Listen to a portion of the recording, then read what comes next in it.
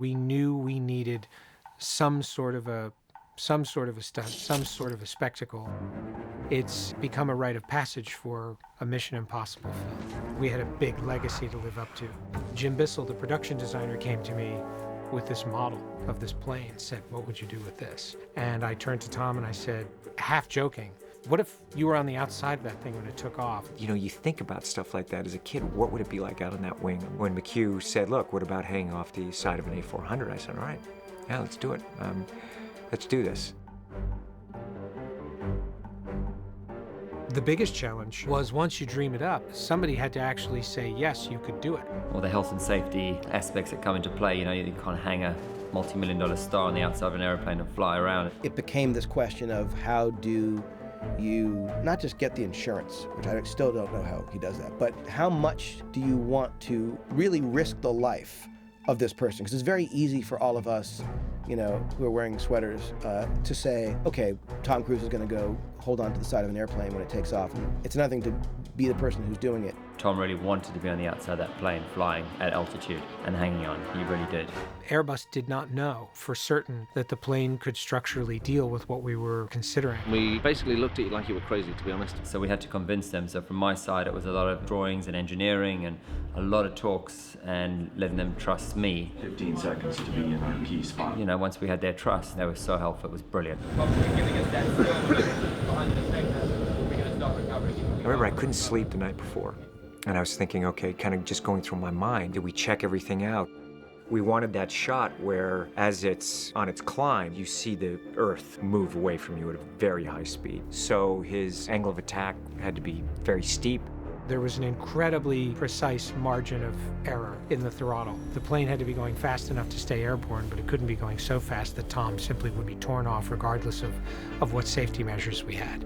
We had scleral lenses fitted for my eyes. I tested those because we were also worried, as the wind is blowing, if it could fold the lens over on itself, which would have been very uncomfortable and not so safe. The risk of any debris that was on the airfield. Any particle that could hit me, even a small little rock. If it was sucked into the propeller and hit Tom, it would be traveling at the speed of a bullet. If that goes into my eye, it's going to go through my eye. And there was nothing to protect his face.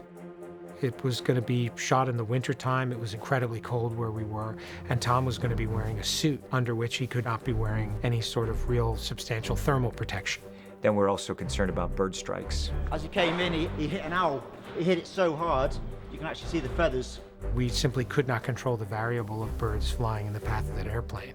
And if a bird hit Tom at that speed on any part of his body, that would have been the end. If I see a bird, I'm going to press up against the side of the airplane. And I never mentioned it to anyone, but I'm a pilot, so I knew what the exhaust was going to be like. You know, everyone's looking at all these kind of problems, and I thought this also could be a problem in terms of extended amount of time back there could be poisonous.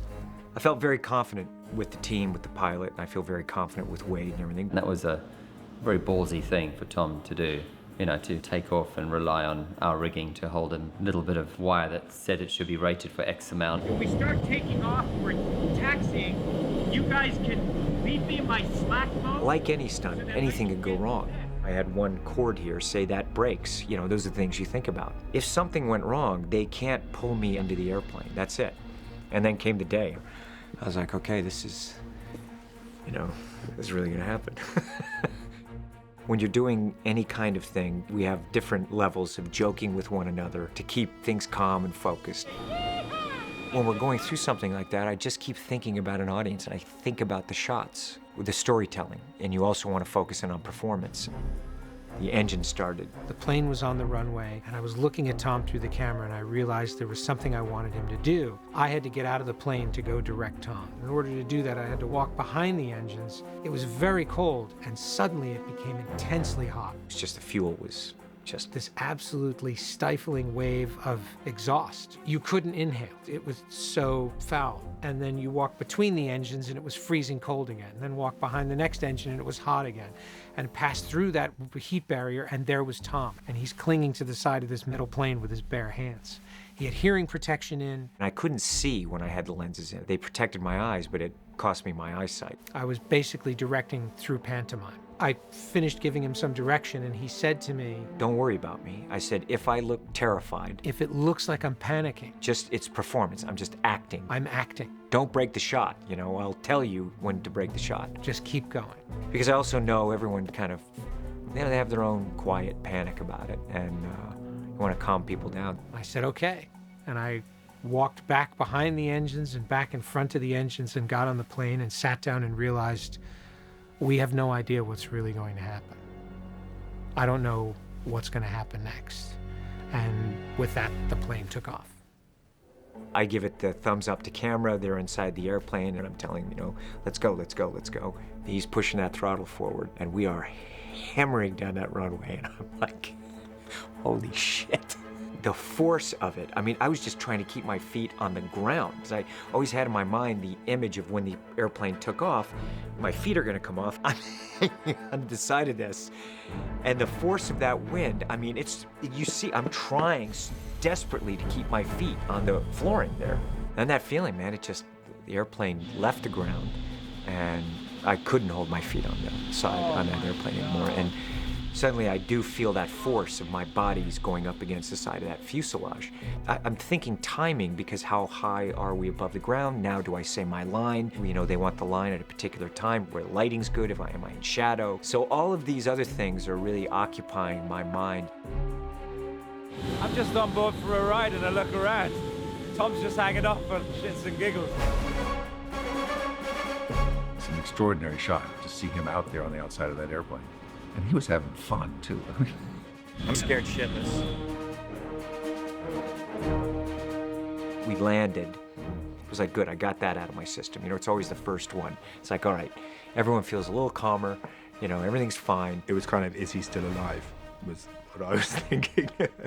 And I kind of thought that was a one take, and he was going to do it once and then walk away. I just said to the camera, I went like this, and I said, let's go again, I'm ready. He did it 8 times. Every time it was like, holy shit.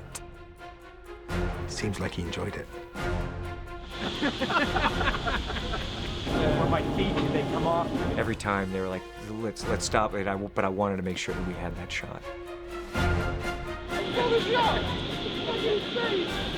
It's like bird topping, isn't it? It was kind of mind-blowing and ridiculous. I don't know what he's going to do next. Go into space, probably.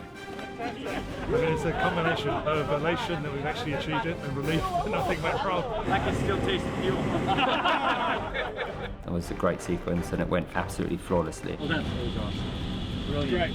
There was a point where we didn't believe that any of this was feasibly possible. That was pretty amazing watching him do that and watching him smile while he was just having the time of his life.